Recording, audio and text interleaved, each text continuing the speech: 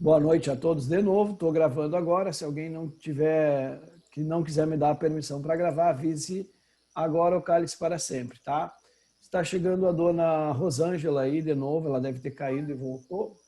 Hoje a gente vai conversar sobre hipertensão arterial, tá? Para que nós possamos conversar sobre hipertensão arterial, nós vamos fazer que nem a gente fez na obesidade.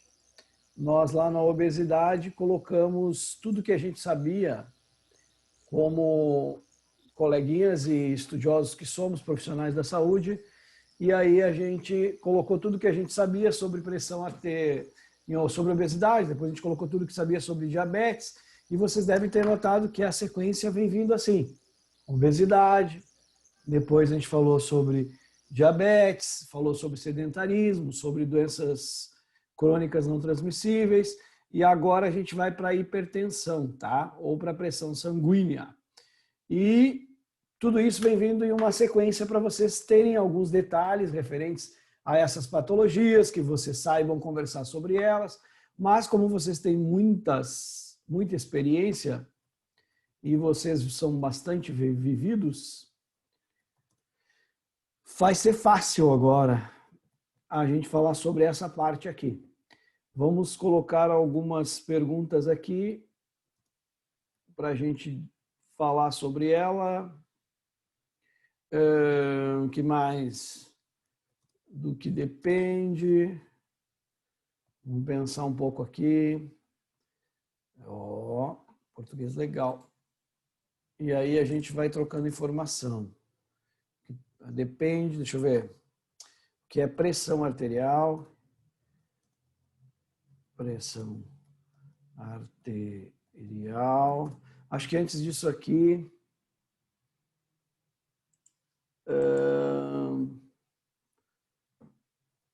para que serve o sangue?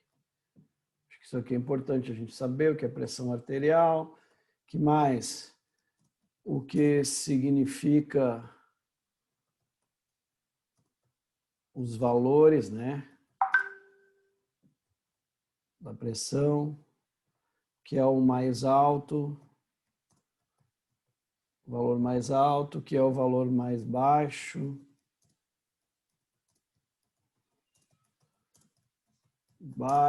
que mais que a gente precisa saber aí?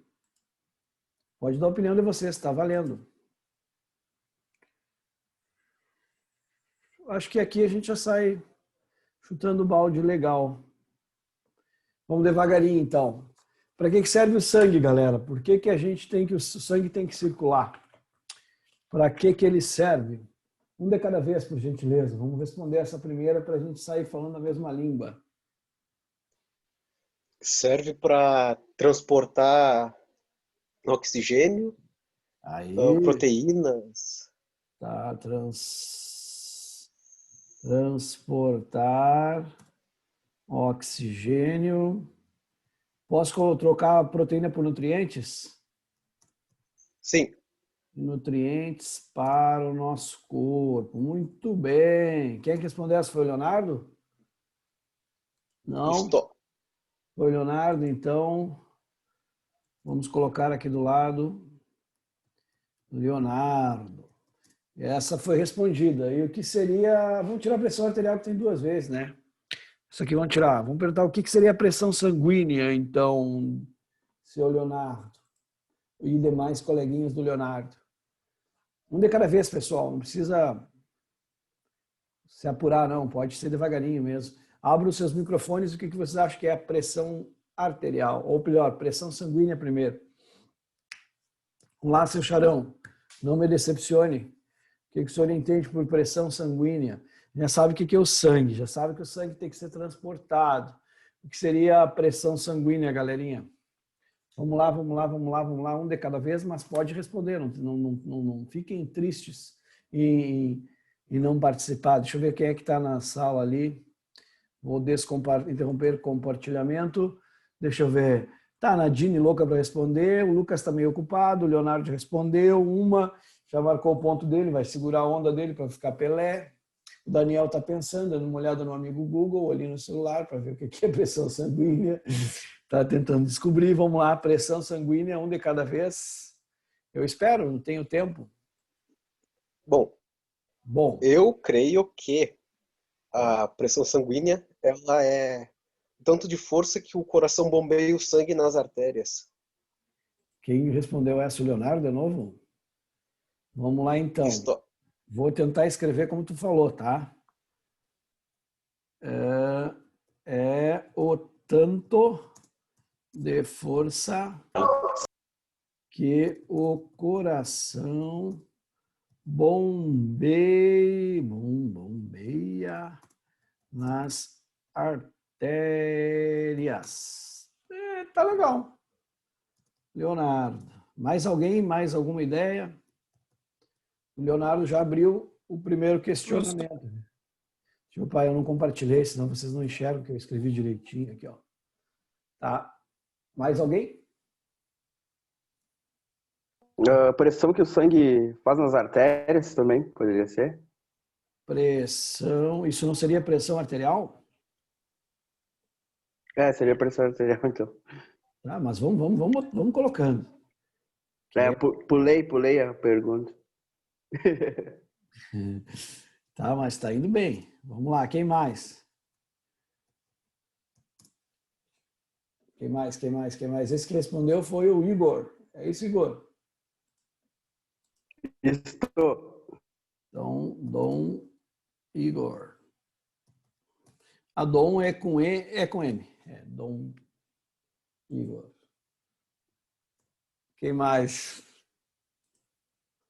Tô à disposição, pessoal, para ouvir vocês. Vamos dar uma pensada aí já sobre isso. Eu poderia dizer assim, que é o atrito do sangue, será? Com as paredes dos vasos sanguíneos.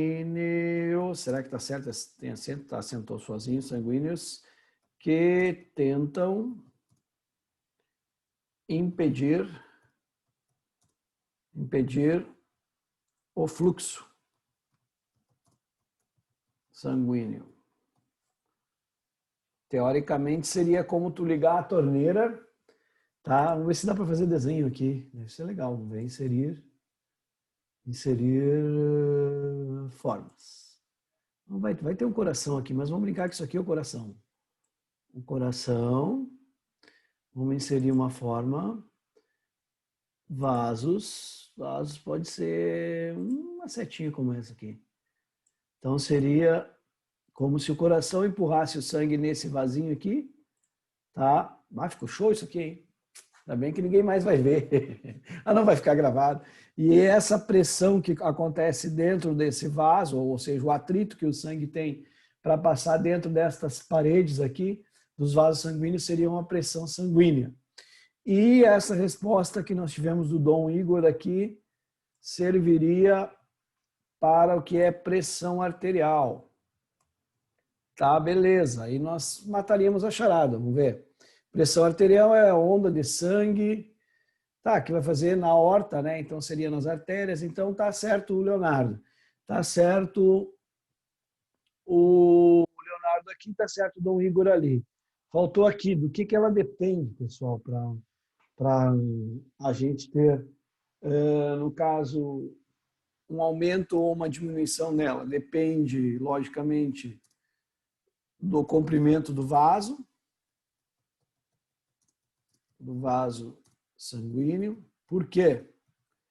É só imaginar assim, se essa mangueirinha aqui for curtinha, ela oferece pouco espaço para ter o atrito e já libera o sangue. Agora, se ela for longa, assim, ó, o que vai acontecer? Esse sangue vai demorar mais tempo passando dentro dessa artéria. É como como uma mangueira mesmo, tá? Então ele vai depender do quê? Depende do comprimento do vaso, vai depender do que mais, seu Charão?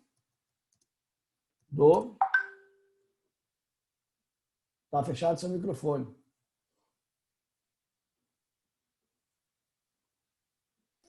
Ele depende muito, eu acho, o mais importante é do aparelho respiratório, dos pulmões. A capacidade dos pulmões é que vai mandar a quantidade de sangue. Concordo com o senhor, tem uma dependência da capacidade respiratória, tá? Mas depende do aparelho respiratório. Mas nesse caso, para Sim. aumentar a pressão, uma coisa mais específica, e falando dessas duas partes, né? O coração como uma bomba e o vaso como os canos, vamos dizer assim, né? Onde passa o sangue, para que esse vaso aqui, no caso, ele vai depender da força do coração, é lógico, né? Mas que esse vaso, ele com um comprimento maior, ele vai ter uma pressão maior. E se ele tiver, como é que se diz a espessura? Como é que se diz espessura? É diâmetro.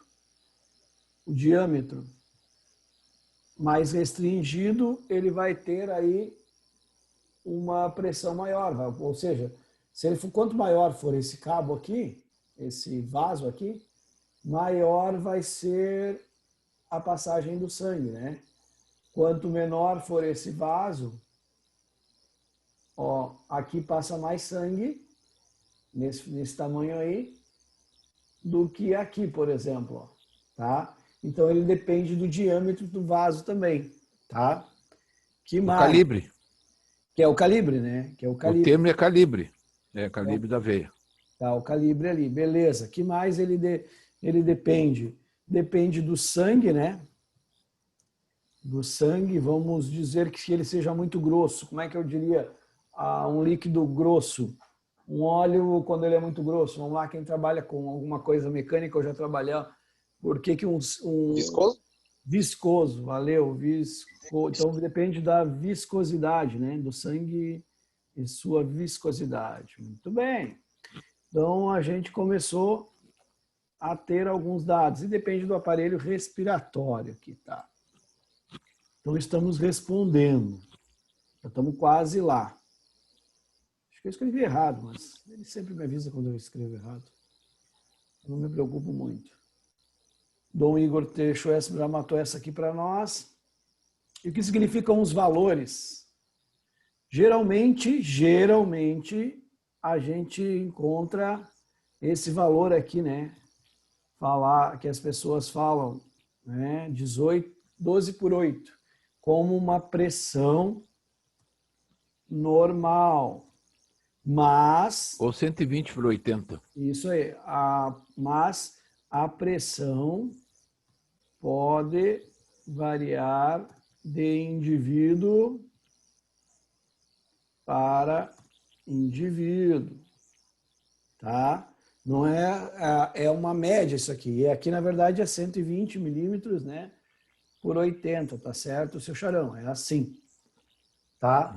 Então, o que significa esses valores? Significa a pressão que o coração faz no vaso, tá? Esse valor mais alto, o que ele significa? O que é o valor mais alto? O 120, só esse aqui, ó. O que é o 120? Quem sabe pode responder agora, não precisa aguardar a informação. Vamos lá, o que significa o mais alto, 120? Agora o Fábio chega e responde isso aí, já de saída. É a sistólica, né? Mas Isso, tu tá olhando no Google ou tu estou?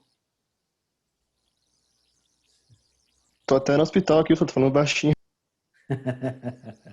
Então é a sistólica, beleza, isso aí, sistólica. E o que significa essa sistólica? Quem respondeu a sistólica aí? Eu, Pedro. Pedro, o que significa essa sistólica, Pedro? Já que tu matou essa, mata bem morta ela. O que significa essa sistólica aí?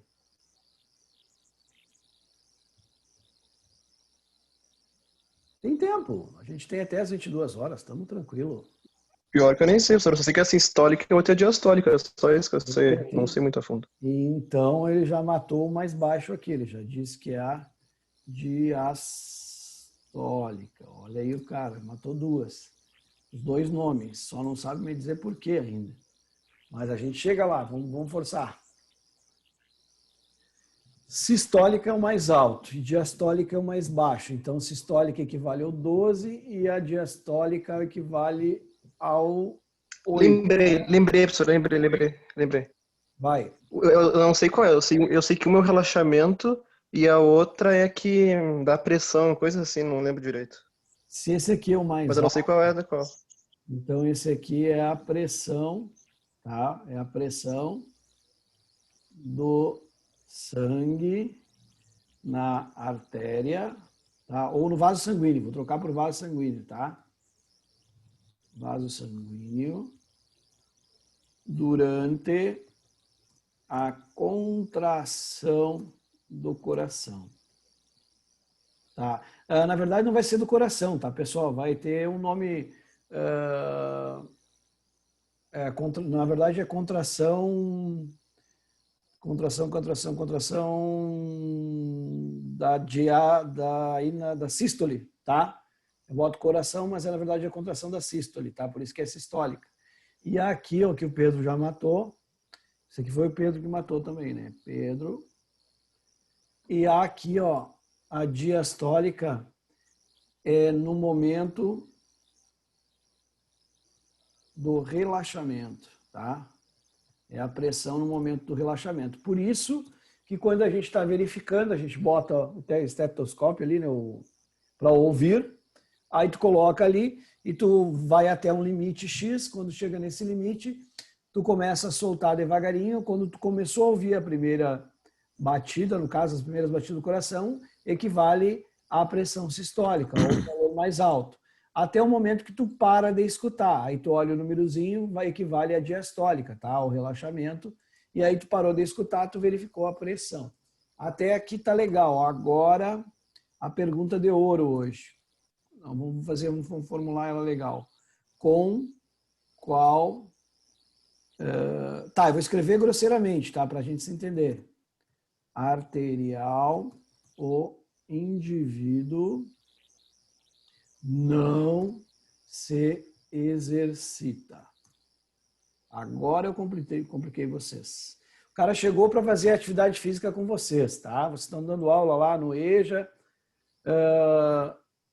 e por acaso vocês conseguirem verificar a pressão arterial, ou até mesmo vocês estão numa academia, ou vocês estão prescrevendo uma corrida, ou vocês estão treinando seu atleta e ele já tem um problema de pressão arterial alta. E daí ele chega para trabalhar com vocês, para fazer os exercícios, e ele apresenta uma pressão X.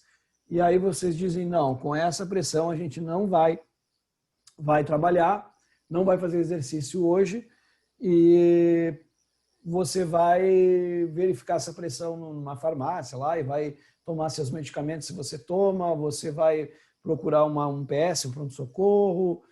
Com qual pressão arterial não deve praticar exercício? A partir de 15? Vamos dizer que a dona Nadine diz que é 15. 15, o que significa esse 15? É 150? Tá, beleza, entendi. Mas aí tu pensou só na mais alta. 150 de sistólica.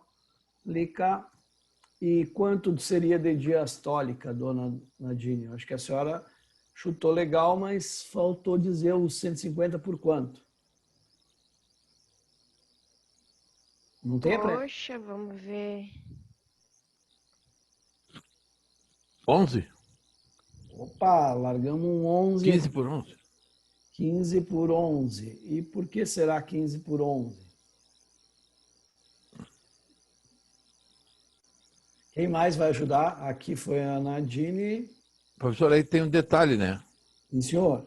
A 120 por 80, Sim. até 35 anos e 40 anos hoje é normal. Acima dos 40, 45 anos, a 14 por 9, 13 por 9 é considerada normal.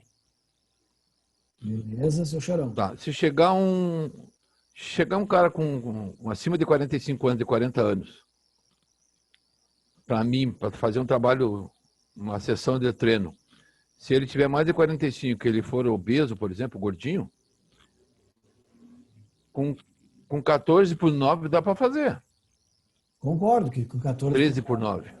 13 por 9 dá para fazer. Pode ser até meio comum para ele. Só que se for um jovem, de 30 anos, com 14 por 9, não dá nem para pensar em começar. Como é que o senhor disse? Eu não entendi a última Se parte. for um cara com 30 anos, 30 e pouco, de 30 anos para baixo, um jovem, com essa pressão de 14 por 9, 13 por 9, não dá para começar. Não, dá para o senhor trabalhar. Já num veterano, já... Dá para trabalhar com ele, dá para trabalhar. Só tem que saber trabalhar certinho, que é o que a gente vai aprender agora. Mas tem uma pressão arterial, uma combinação da sistólica e da diastólica que não dá.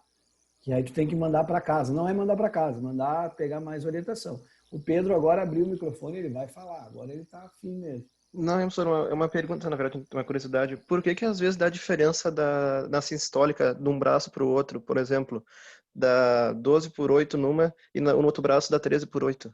Ótima pergunta, né? Por que dá diferença entre os braços na verificação da pressão arterial? Gostei disso, cara. Boa pergunta. Essa aqui é uma pergunta que o cara tem que consultar os universitários. Tá, voltando, só não vou perder, eu vou deixar a pergunta para daqui um pouquinho, tá? Vou seguir nessa aqui, debatendo com vocês.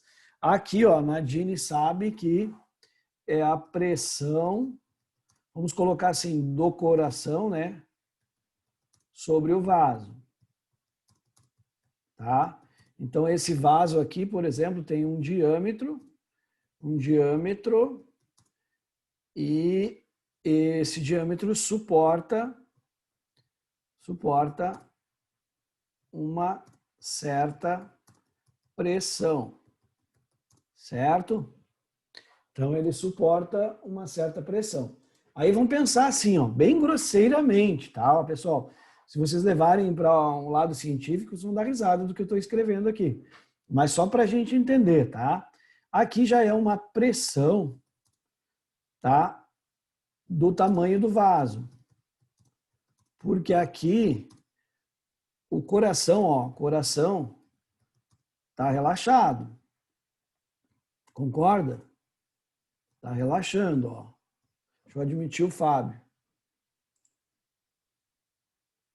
O coração tá relaxando, né? O relaxado. Então, ele bombeou o sangue, é a pressão que ele faz dentro do vaso, é a sistólica, foi o que a gente viu lá, né? E a diastólica, a gente viu aqui em cima, os guris responderam, ó, tá?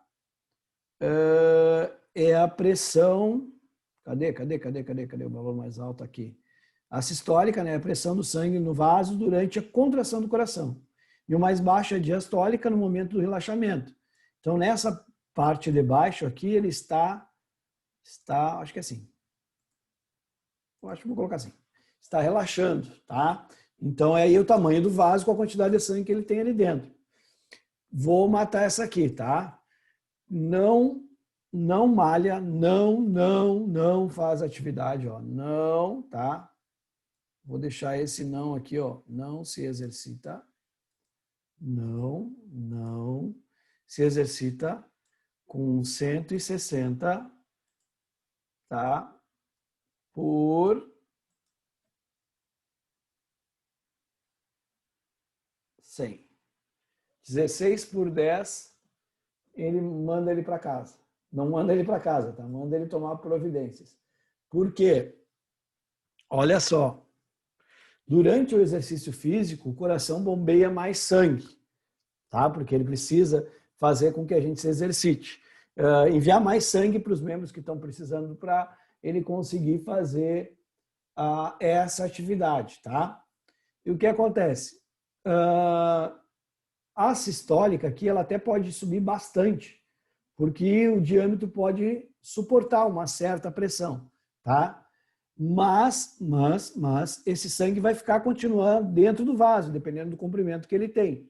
E aqui, ó, quando a gente usa a diastólica, que ele está relaxando, se ela subir um ponto aqui, ela pode dar problema. Por quê? Porque essa é a resistência do vaso com o sangue dentro. coração está relaxado. Só que ele está bombeando. É sinal que lá no final dele, nos vasos menores periféricos, ele tem uma restrição, ou ele não está deixando o sangue passar por algum motivo. Então, por exemplo, pensa assim, uma artéria tem um diâmetro, tá? Uma espessura, vamos dizer assim, que libera o sangue de acordo com a viscosidade dele. Mas as artérias, as veias menores, os vasos periféricos não têm. E aqui, no caso, acima desse valor aqui, ó, nós podemos ter um AVE. Todo mundo sabe o que é? Um AVC, tá? Ou um derrame. Vou colocar bem grosso modo, tá? Acidente vascular encefálico, acidente vascular cerebral e um derrame. Se a gente tiver esse número, 16/10, tá? Se a pressão arterial for 16, tá? Por 10 e vocês fizerem, vou fazer fizerem, tá? Ou prescreverem a atividade, a pressão vai subir. E o risco é muito grande. Então, aqui não malha, tá? 16/10 não faz exercício. Tem que gravar esse número, mesmo que hoje não fale para nós, nos slides que nós vamos olhar, por um motivo muito simples, tá? Deus protege os bêbados e os desinformados. Pode ver que se tu bebeu, tá bêbado, pega o carro, vai dirigindo para casa, nada te acontece. Tá? Deus te protege enquanto tá bêbado. Ou que se tu não tem a informação. Não, tô brincando, se bebeu não dirige. No momento que você tem a informação e ignora ela, Deus não te protege mais. Então, a partir de agora, ele não protege mais vocês têm a informação. 16/10, não. Agora, a pergunta do ano aqui. Por que a diferença entre os braços na verificação da pressão arterial? Vou perguntar. Padrão universal. Qual o braço eu devo verificar? Significa um padrão universal, para entender, né? Se eu verificar a pressão dessa pessoa e estou em dúvida, eu peço para o seu Charão.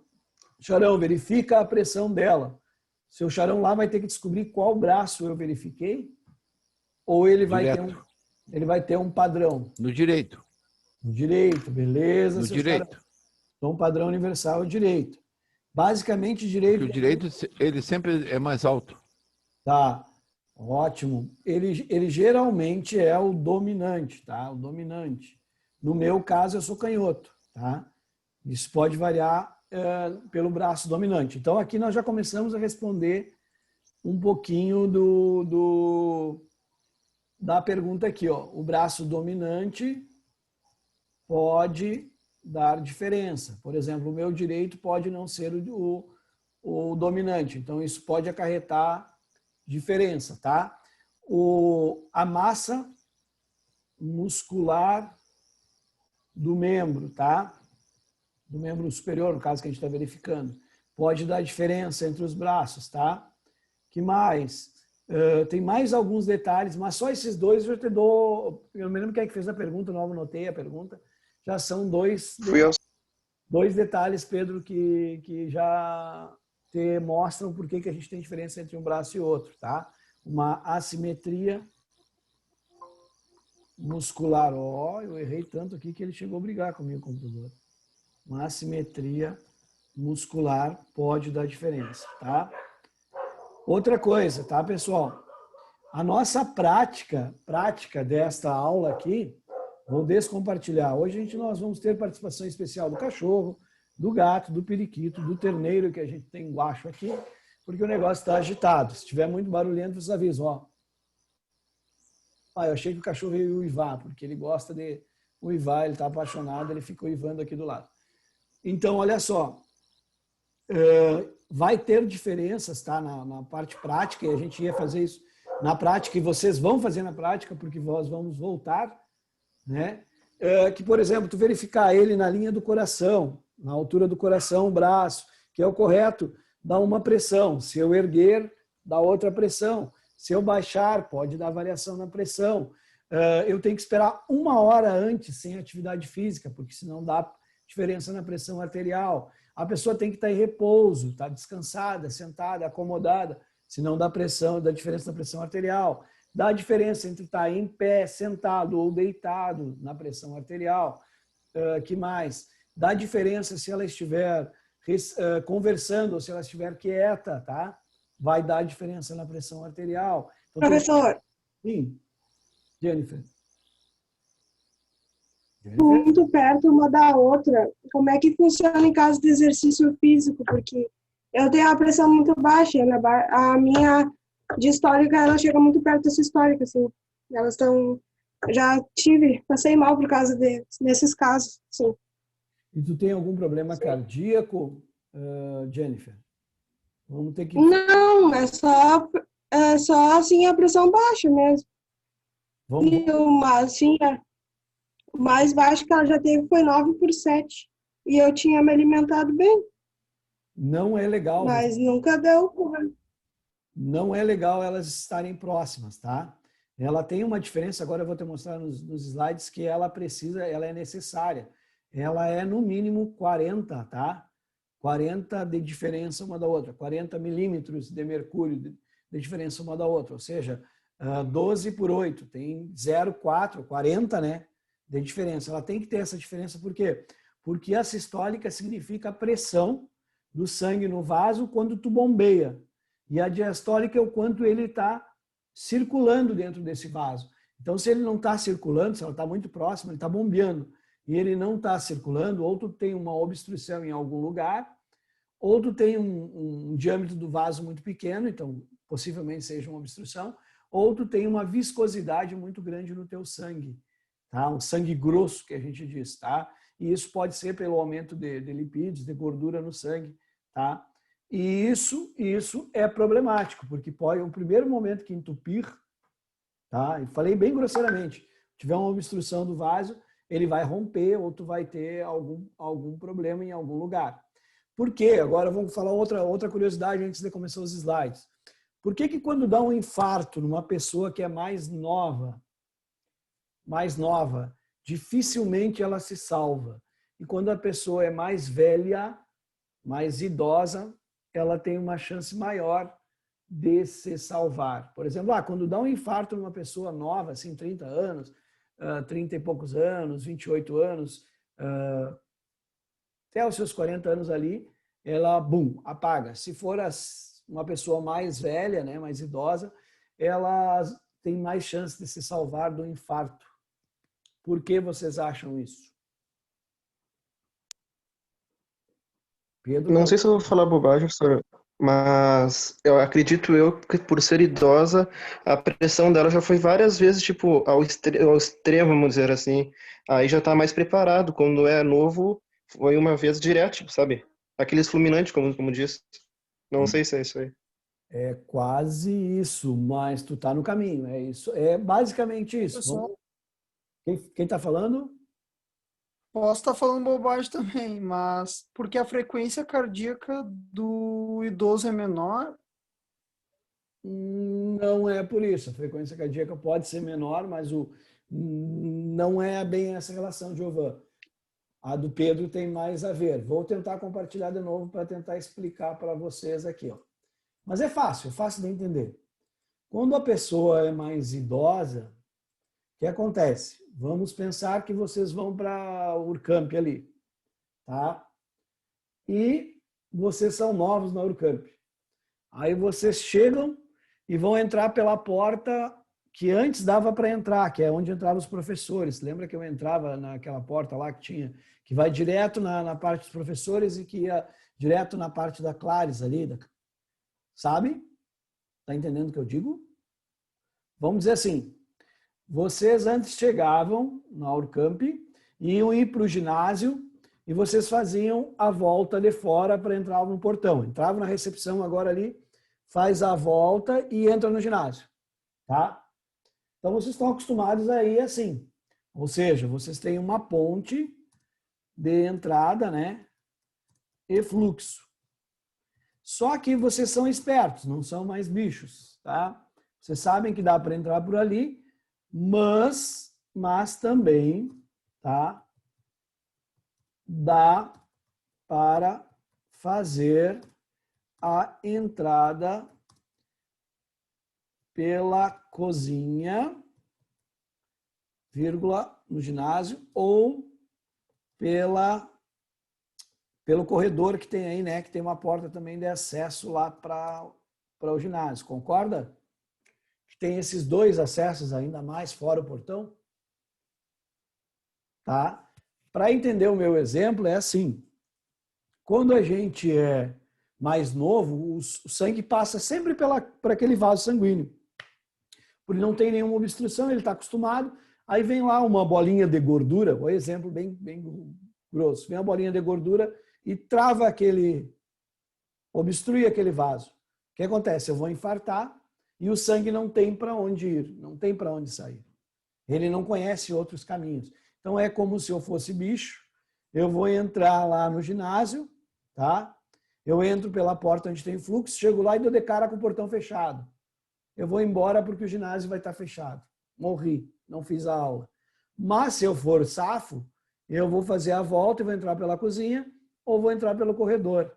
Então o que acontece? Quando a pessoa é mais velha, o sangue vai trancando devagarinho, e vai tendo obstrução, e vai ter arteriosclerose, e ele vai percebendo que ali ele não tem mais passada. Então ele vai criando outros vasos, tá? Que antes seriam teoricamente periféricos, agora começam a também liberar fluxo sanguíneo. Então, quando trava aquele vaso principal, ele já tem outras pontes secundárias.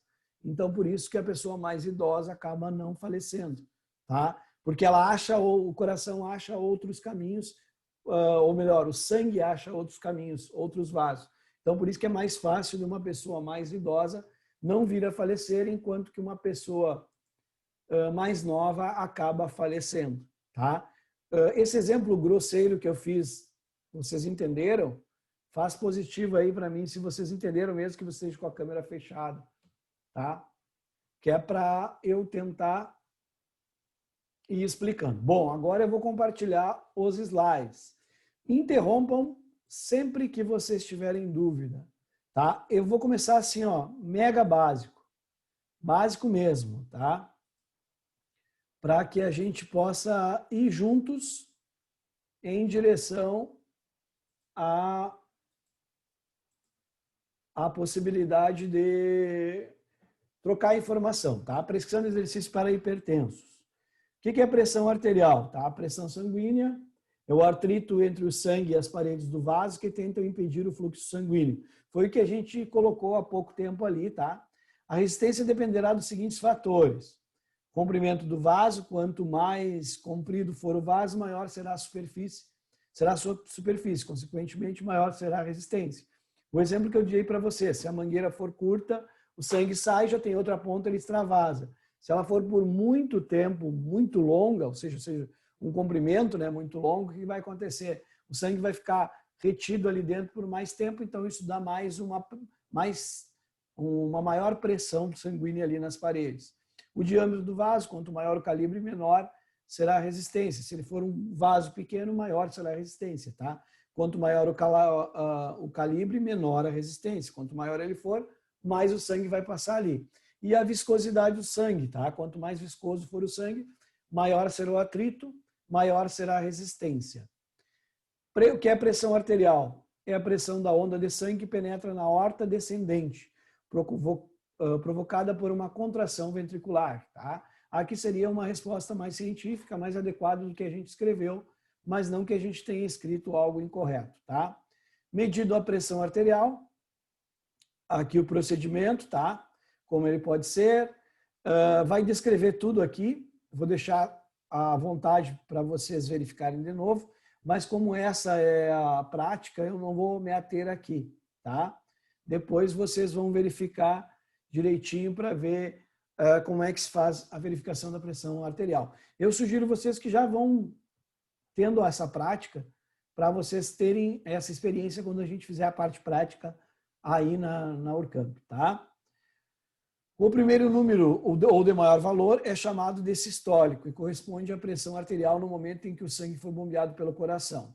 O segundo número, ou de menor valor, é chamado de diastólico, que corresponde à pressão da mesma artéria no momento em que o coração está relaxado, após uma contração, tá? Isso aqui a gente definiu, conversou agora. Aqui tem alguns exemplos, né? Uns desenhozinhos para vocês entenderem bem, ó. A diastole é quando o coração se dilata, tá? A diástole. Ele se enche de sangue, então ele fica maior, tá? E a sístole, que é o valor maior, é quando ele faz a pressão para empurrar o sangue, tá? Quando ele se contrai. Graças a esses movimentos de contração e dilatação do sangue, o sangue circula permanentemente pelos vasos sanguíneos, artérias e veias, tá? Então, diástole, ele se relaxa para receber o sangue.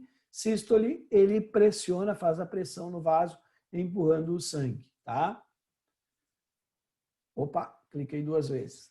A pressão arterial é a pressão que o sangue exerce na parede das artérias e é medida em milímetros de mercúrio. Ao se medir esta pressão, se determinam 2 pressões. Máxima, quando o coração se contrai, temos uma pressão sistólica, ou seja, uma pressão máxima sistólica. Então, ela equivale à contração do coração. E mínima, quando ele se dilata, tem uma pressão mínima diastólica. Então, a pressão que ele faz quando se contrai é a máxima. A pressão que ele faz quando relaxa é a mínima, tá? O sangue circula pelo corpo humano graças ao efeito impulsor do coração. Ou seja, o coração é uma bomba, tá, pessoal? Ele atua como uma bomba empurrando o sangue para as artérias, vasos e veias aqui que a gente tenha, tá? Visão geral da circulação, tá? Composição do sistema cardiovascular. O coração é uma bomba, tá? Os vasos sanguíneos seriam uma série de tubos distribuidores e coletores. O sangue é um líquido heterogêneo. Os capilares são sistemas de vasos finos, tá? Que são mais periféricos. Então, basicamente, é assim que funciona, né? É essa visão geral da circulação sanguínea. Isso aqui, ó, é o que a gente chama de hiato auscultatório. Na verdade, a gente chama de hiato de idoso, tá? O que significa isso aqui, ó? O ideal é que a diferença seja maior do que 20 milímetros entre as duas, tá? Eu falei 40 para a Jennifer. Aqui fala que o ideal pode chegar até 20 entre as duas. Mas o que a gente tem no hiato do idoso, que eu gostaria de falar para vocês, é quando vocês vão verificar em alguém que é mais idoso, a gente está ouvindo, escutando, né? Quando está verificando, e ele fica um período assim, tu para de ouvir. Aí tu acha que ali é a mínima, tá? Ou que ali realmente ele está com a pressão alta. Aí tu espera um pouquinho, tu volta a ouvir de novo. Isso aí se dá muito pelo enrijecimento das artérias, tá? Do idoso. Então, ele tem o que a gente chama de hiato de idoso, do idoso. Esse hiato é a diferença que tem entre a hora que tu começou a ouvir e a hora que tu para de ouvir. Só que no idoso, muitas vezes, tu para, tu espera um pouco e tu segue ouvindo de novo, tá? E isso se dá exatamente por esse tipo de efeito que tem nas artérias do idoso. Então, a gente chama de hiato do idoso, tá? Essa diferença que tu fica sem conseguir escutar, tá? Passei, fisiologia da hipertensão, tá? Aqui nós começamos a entrar na hipertensão arterial. Eu não falei isso, mas é importante eu falar para vocês. Ela é uma doença, tá? Silenciosa. Muitas vezes a pessoa não sabe que tem a pressão alta, ela não verifica a pressão com frequência e quando ela acaba verificando, ela já é hipertensa, tá? Então, tem que se ter cuidado em verificar a pressão, principalmente com quem faz atividade física e com quem é nosso aluno que tem uma certa idade avançada, tá? Idosos, principalmente, verificar sempre a pressão arterial para prescrever atividade física. A pressão arterial sistólica é determinada pelo volume sanguíneo ejetado em cada sístole, tá? Chamado de débito sistólico, e pela elasticidade das grandes artérias. A pressão arterial diastólica depende da resistência periférica e a frequência cardíaca, que irá determinar a duração da diástole e o tempo disponível para o escoamento diastólico. O limite superior à pressão arterial normal do adulto é de 140 por 90 milímetros de mercúrio. A partir dessas cifras, considera-se haver uma hipertensão arterial, tá? Então, o limite dele é 14 por 9, certo? Passei. Aqui nós temos uma tabela de comparação dos valores médios para a pressão arterial. Antes da gente entrar no lado direito da tabela, onde está prescrevendo, dizendo quais seriam o diagnóstico para hipertensão em adultos com mais de 18 anos, é interessante a gente ler o lado esquerdo. Ó. Não existe uma combinação precisa de medidas para se dizer qual é a pressão normal. Mas, em termos gerais, diz que o valor de 120 por 80 milímetros de mercúrio é o valor considerado ideal. Então, ele é um valor considerado ideal, mas não existe uma combinação precisa. Isso vai depender muito da individualidade de cada pessoa. Tem pessoas que têm diferenças com relação a essa pressão arterial e vivem normalmente. Então, uma pressão arterial, tá? Ótima, tá? 120 por 80, ou seja, menor do que 120 por 80 aqui.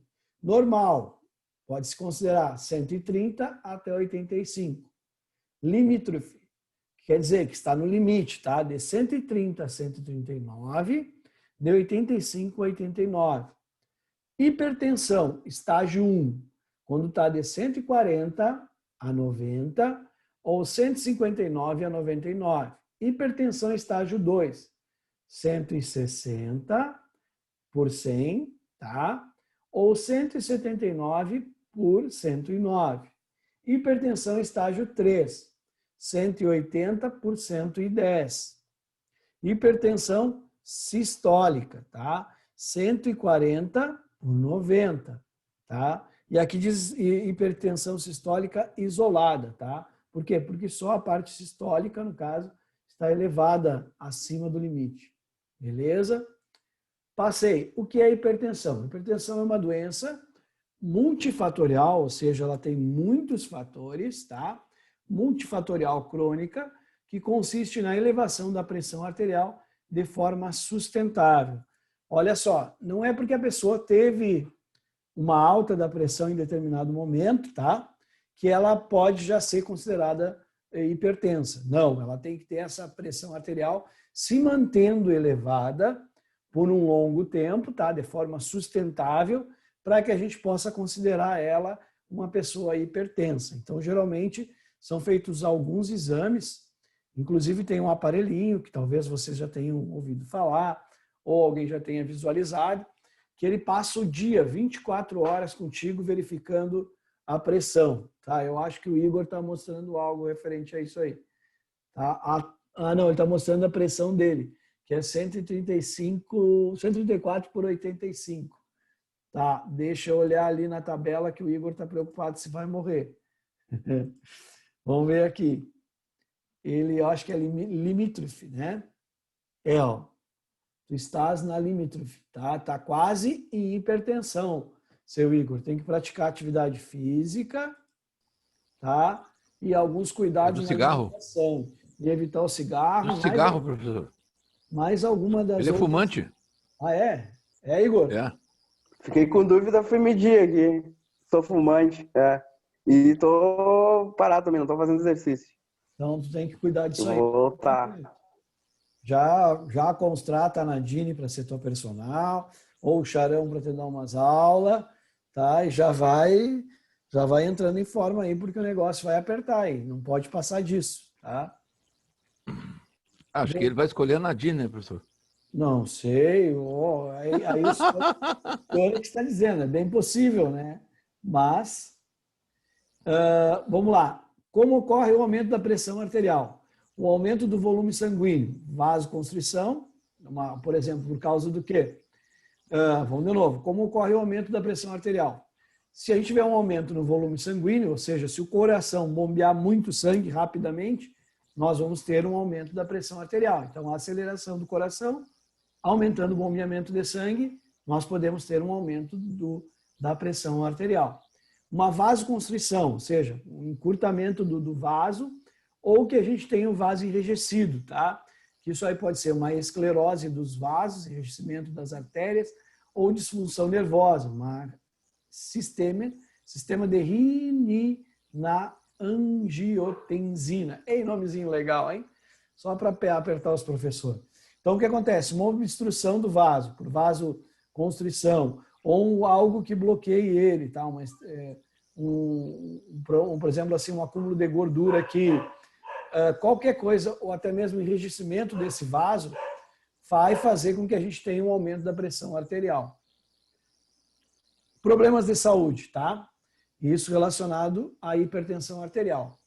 A hipertensão arterial usualmente não produz sinais precoces de advertência.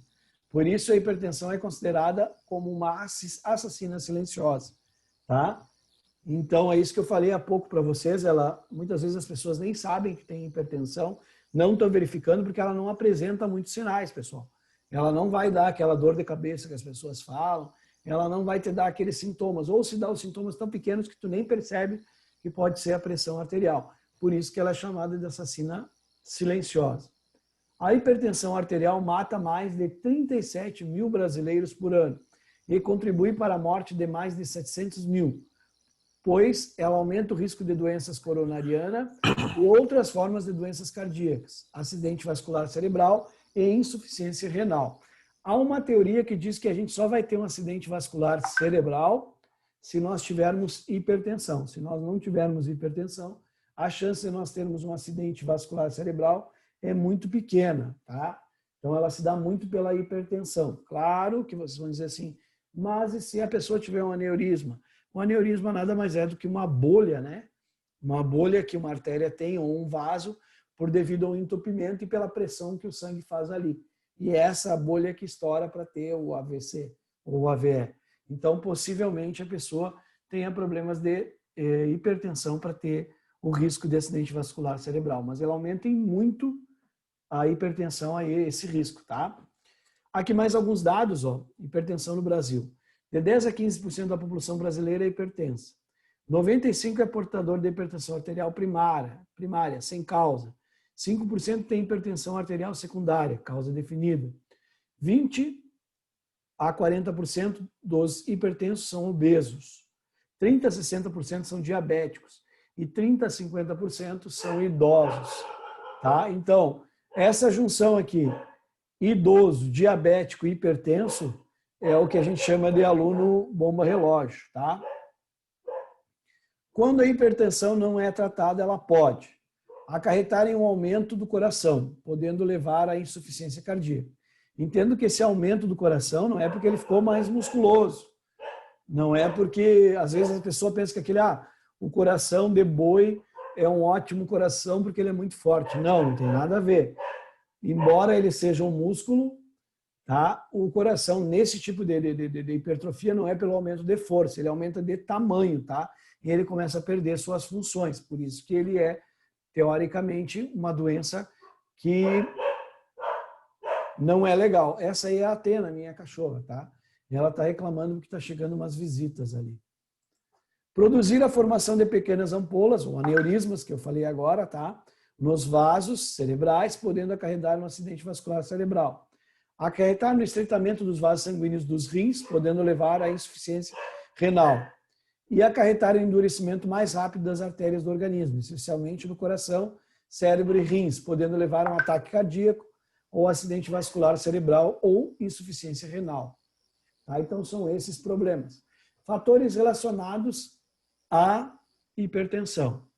Triglicerídeos alto, colesterol alto, glicose alta, hematócrito alto, insulina alta, frequência cardíaca alta com aumento de débito cardíaco, tá? Nem todos os hipertensos têm insônia. Isso aqui é legal, um dado interessante se vocês estiverem com insônia.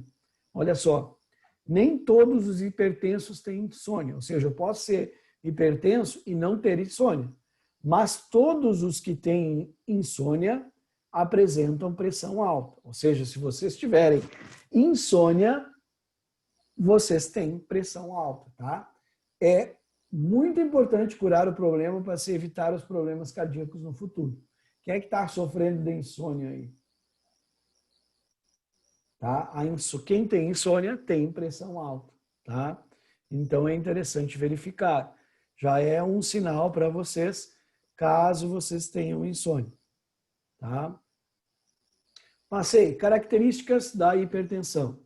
Hipertensão sistólica, chamada de divergente comum com a idade, provocada pela menor elasticidade dos vasos, comum no idoso. Tá? O que é a pressão sistólica aí, Pedro? Tu que tinha respondido, ou qualquer um. O que significa pressão sistólica? É a pressão, né? Que? A pressão sistólica é a pressão do quê? É a pressão do coração, né? Da contração do coração, é isso, né? Isso. Então, se tiver hipertensão sistólica, ou seja, se tiver a parte sistólica, o valor mais alto, muito alto, se dá em relação a menor elasticidade dos vasos e é comum nos idosos. Hipertensão diastólica, chamada de divergente, tá?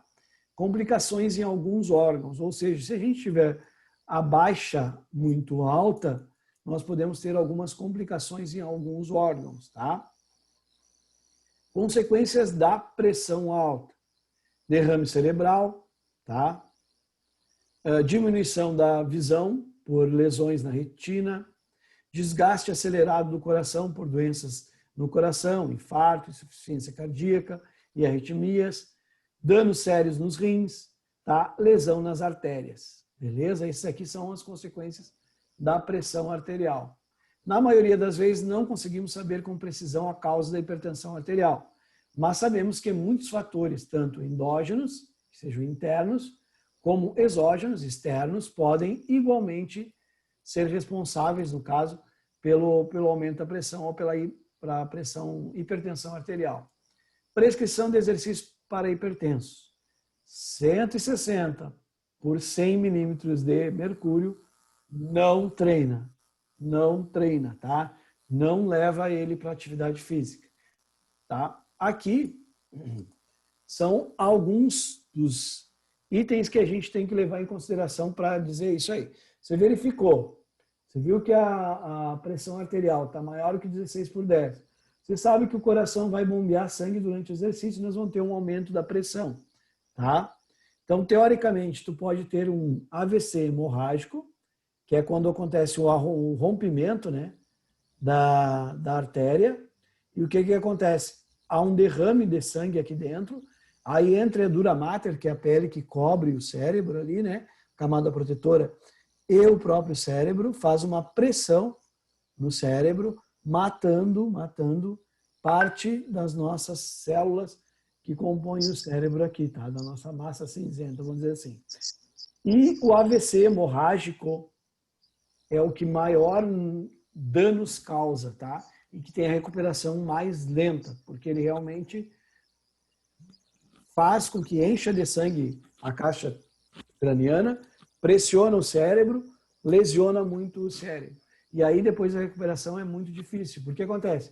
O cérebro tem alguns caminhos que são descobertos, mas que, por exemplo, para eu mexer ou movimentar o braço, para eu fazer algumas atividades motoras, eu usava um caminho. Quando eu mato aquela parte do cérebro, que ela acaba morrendo por causa do acidente vascular, eu não consigo fazer essa função nervosa. Mas aí, com o tempo, treinando, meu cérebro faz outra volta até conseguir atingir aquele sistema nervoso. Então, eu consigo recuperar. Mas, no caso do hemorrágico, é muito mais difícil de recuperar. O que é o isquêmico? Isquêmico é quando falta sangue no cérebro. Por algum determinado momento, é entupida uma artéria, como está aqui, ó. Tá? No caso do isquêmico, ó. E, ó, aqui, pode olhar o desenho, ó. Foi interrompida, ó, o fluxo sanguíneo aqui, e ele não vai irrigar o cérebro em alguma parte. Ele vai ficar sem oxigênio. E ao momento que ele fica sem oxigênio, essa parte começa a morrer, vamos dizer assim. Mas, dependendo do tempo que eu ficar, o que acontece? O sangue volta a irrigar, e quando ele volta a irrigar, ela começa a voltar à sua função. Então, os danos são menores quando o AVC é isquêmico.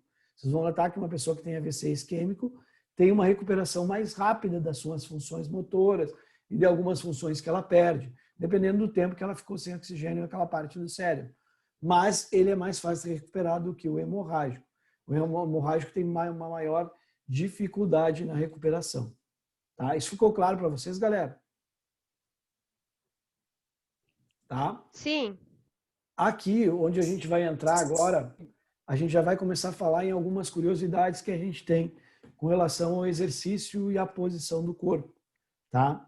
Só que aqui, ó, eu vou fazer uma relação entre a frequência cardíaca e a pressão arterial. Então, você não pode confundir isso na cabeça, porque depois, quando eu fizer algum questionamento, ou fizer alguma pergunta, ou fizer alguma questão de prova, vocês podem ter dificuldade de entender isso aqui. Mas vocês vão ver que tem uma relação entre as coisas, tá? E a posição do corpo. Olha só. Aqui vamos ficar pensando todos, tá? No lado esquerdo, onde tem um rapaz fazendo um desenvolvimento supino, é onde ele está segurando a barra com as mãos e está empurrando ela, trabalhando peito, ombro e tríceps aqui, tá? Ó, grupos musculares menores. Aqui é considerado que ele está usando apenas os membros inferiores, tá? Grupos musculares menores, a pressão arterial sobe mais, tá? Grupos musculares menores, a frequência cardíaca sobe menos. Então, quando, ó, se no braço, vamos pensar no braço, tá? O braço, ó, grupos musculares menores, a frequência cardíaca sobe menos. Quando eu estiver fazendo ele, o exercício, eu não vou ter um aumento grande da frequência cardíaca. Mas, grupos musculares menores, a pressão sobe mais. O que isso quer dizer, professor? Vamos entender. E aí vai começar a entrar na nossa área. Olha, eu dou para o cara fazer rosca bíceps. Vocês sabem o que é uma rosca bíceps? Coloca positivo quem sabe. Quem não sabe, a gente pode explicar. Então, Leonardo, explique o que é uma rosca bíceps para os nossos colegas. Seria a flexão e a extensão do cotovelo. Perfeito. Abra a sua câmera e mostre para nós, por gentileza, se não estiver nu. Seria esse movimento aqui no caso. Ah, isso. Ele não vai ficar nessa posição assim. Meninas, o rapaz, tu tá casado, Leonardo? Não. Namorando? Também não. Então, se vocês se impressionaram com o bíceps do Leonardo, ele está solteiro, tá? Sacanagem, bom, Leonardo. Ó, quando a gente está fazendo a rosca bíceps, é um músculo pequeno. E aí a gente está com frequencímetro. Não vai fazer muita diferença, mas faz muita diferença na pressão arterial. Por quê? Por que faz muita diferença na pressão arterial, Leonardo? Como não escutei? Vou explicar de novo, Leonardo. Ele ficou emocionado que eu fiz a propaganda do bíceps dele. Ó, quando eu estou fazendo rosca bíceps, eu não tenho muito aumento da frequência cardíaca, porque é músculos pequenos, tá? Mas eu tenho um aumento na pressão arterial. Por quê?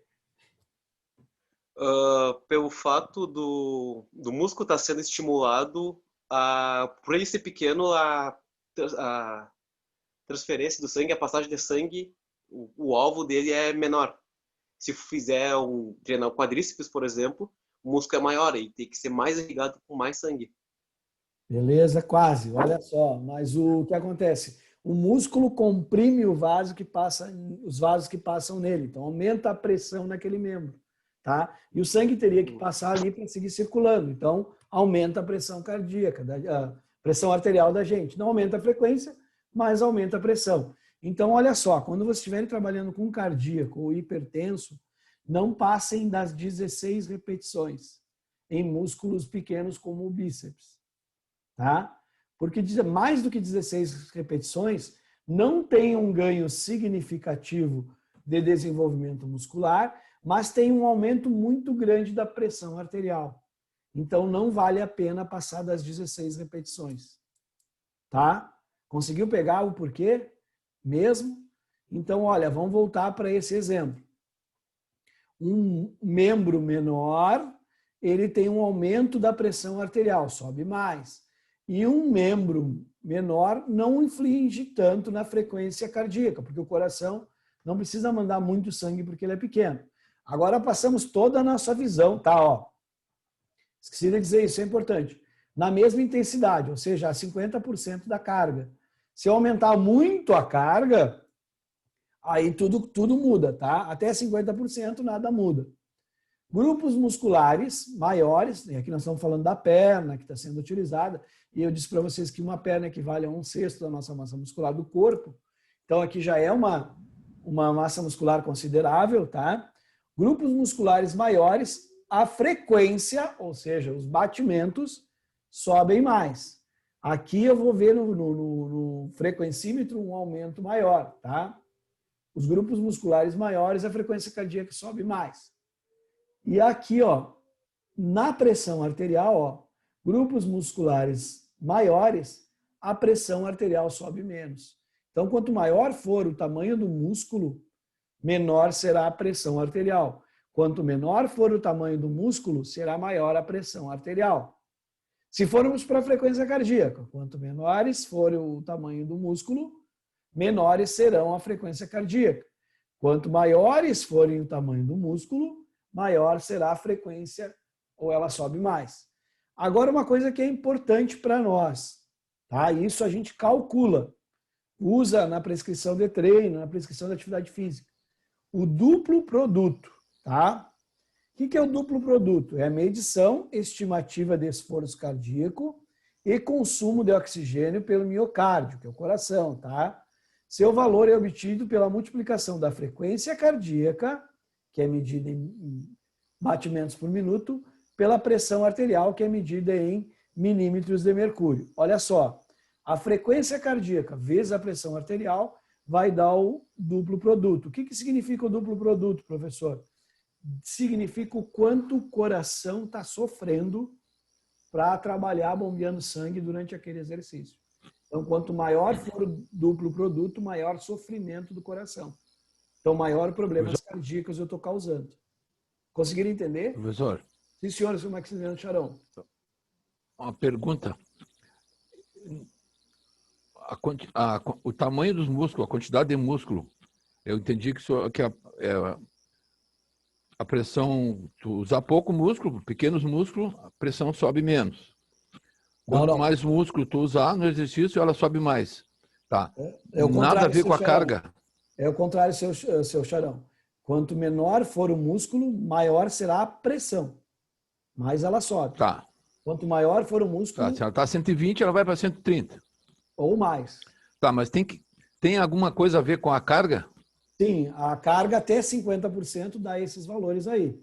Agora, se a carga for maior do que 50%, aí ela vai ter aumento na pressão em ambos os casos. Porque aí a carga excessiva, ou seja, não vou dizer excessiva, tá? Porque tem gente que malha com 90% aí, com tranquilidade. Mas uma carga alta aumenta bastante a pressão arterial. Então, se eu tiver alguém com problemas de hipertensão arterial, o ideal não é usar cargas muito altas, muito elevadas. Tá? É isso que eu queria saber. Tá? E o senhor poderia perguntar se o tamanho dos músculos, ou se uma pessoa tem uma massa muscular maior, ela tem uma pressão arterial maior ou menor. Isso aqui a gente já vai ver nos slides daqui um pouquinho. Tá? Não sei se eu contemplei a sua pergunta aí. Aqui nesse slide, eu quis falar sobre o tamanho do músculo, tá? Relação entre frequência cardíaca e pressão arterial. E do duplo produto, que vocês têm que entender esse duplo produto, porque ele ocasiona, no caso, né, problemas cardíacos no futuro. Leonardo, o senhor que é da musculação e quem é da musculação, qual é a respiração correta para o desenvolvimento supino, senhor Leonardo? Seria inspirar na fase excêntrica e expirar na fase concêntrica. Vamos fazer o que o Leonardo falou isso aqui. Ó. A barra está chegando perto de mim, fase excêntrica, estou segurando o peso, a barra está chegando perto, eu encho de ar. Estou empurrando a barra, eu solto o ar. Ó. Foi isso que o senhor falou, né, senhor Leonardo? É isso que o senhor quis dizer? Isso. Então tá, então eu vou dar um positivo para o senhor. Perfeito, correto. E no que se refere ao leg press, Leonardo, que está do outro lado. Esse é onde está o rapaz da camiseta vermelha executando com as pernas. Eu compartilhei aí, né? Vocês estão visualizando. Como seria a respiração correta desse aparelho? Seria a mesma? Vamos pensar, seu Acredito eu. Leonardo. Sente aí na sua cama ou sofá, coloque as pernas na posição dos 45 graus e faça a respiração e me diga o que o senhor sentiu para que a minha tese esteja comprovada, senão não vai estar. Faz aí. Não, Ó, eu tava imaginando, eu treinei perna hoje mais cedo. então E eu vou dar uns dislike para o senhor nessa resposta se o senhor não fizer o exercício aí, senhor Leonardo. Ó, pessoal, o que acontece no Leg Press 45 e a pessoal que não estuda direito. Não é o caso, tá, Leonardo? Não estou dizendo que é tu. Estou dizendo nas pessoas já formadas, já bacharéis, já com especialização e não estudam biodinâmica, né? Ou as aulas do professor Alexandre, quando vocês passarem por ele, tá? O que acontece? Quando eu estou com a perna assim, ó, o Leonardo fechou a câmera porque ele vai fazer o exercício. Se eu trouxer a perna próxima de mim e estiver cheio de ar, ó, com o peso, eu vou aumentar a pressão no meu diafragma e, consequentemente, eu vou aumentar a pressão arterial do meu corpo, porque eu vou estar cheio de ar com a perna me pressionando. Então, essa respiração é o contrário. Ó. Eu vou encher de ar quando a perna estiver longe, ó, e vou soltar o ar quando ela vier aproximando. Ó. Porque senão eu faço muita pressão no meu diafragma. Experimente fazer isso aí no aparelho, tá? O seu professor vai dizer que eu estou errado, mas o senhor vai fazer na experiência e vai verificar. Para o senhor verificar corretamente, ou para nós verificar a pressão arterial corretamente dessa aí, não daria para ser o aparelhinho, tá? Vai ficar difícil de verificar a pressão ali naquela hora. Teria que ser aquela pressão que a gente verifica com o sensor dentro do vaso, que é uma das maneiras de verificar, a mais precisa. Aí ela ia mostrar para vocês o quanto a pressão arterial aumenta quando a gente faz a respiração igual a do supino no Leg Press 45. Por que eu estou explicando isso para te entender bem, Leonardo, para te poder falar? Olha só, vou mostrar essa imagem novamente.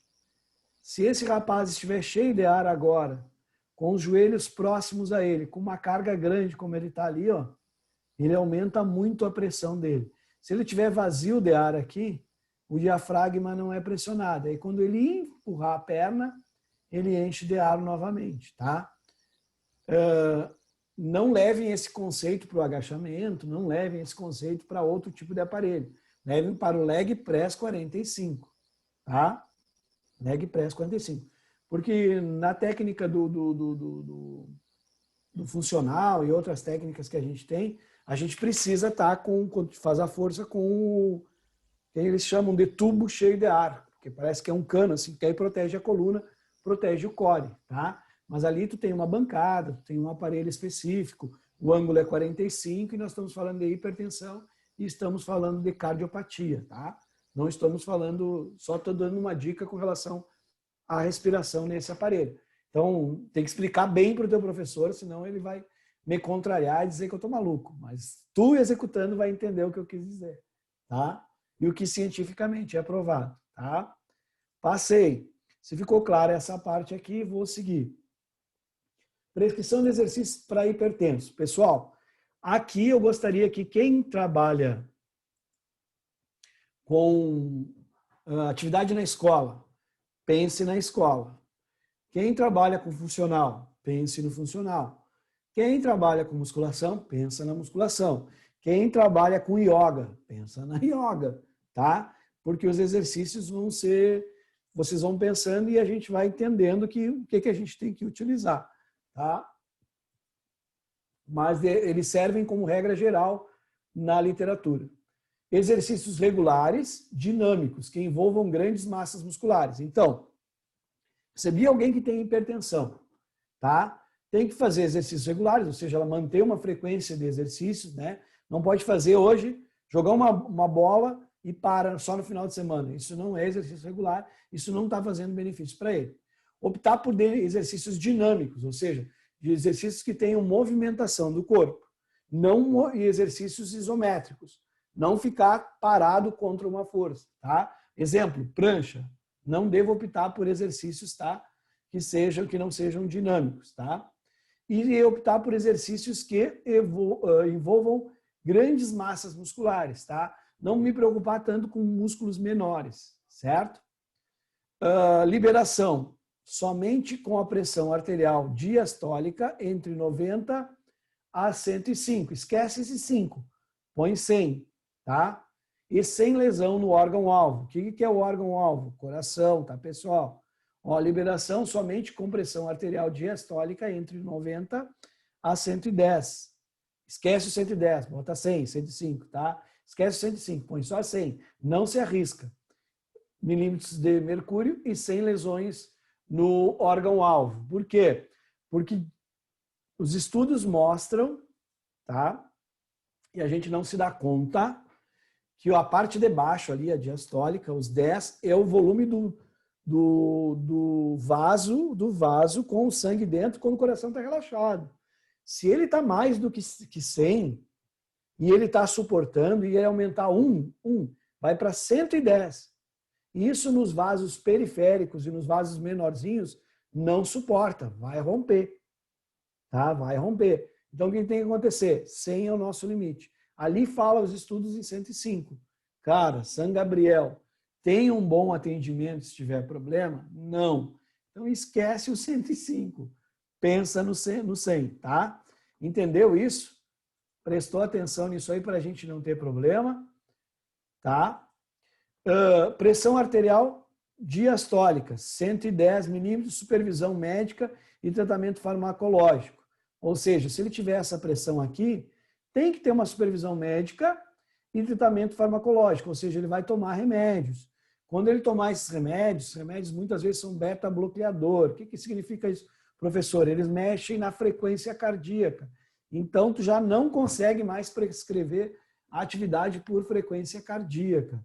Tu já não usa mais o frequencímetro porque ele não vai dar o resultado correto da frequência que tu queria trabalhar. Então, já começa a te trazer alguns problemas, tá? Não quero assustar vocês, só estou prevenindo, tá, pessoal? Resumo da prescrição da atividade física para quem tem hipertensão.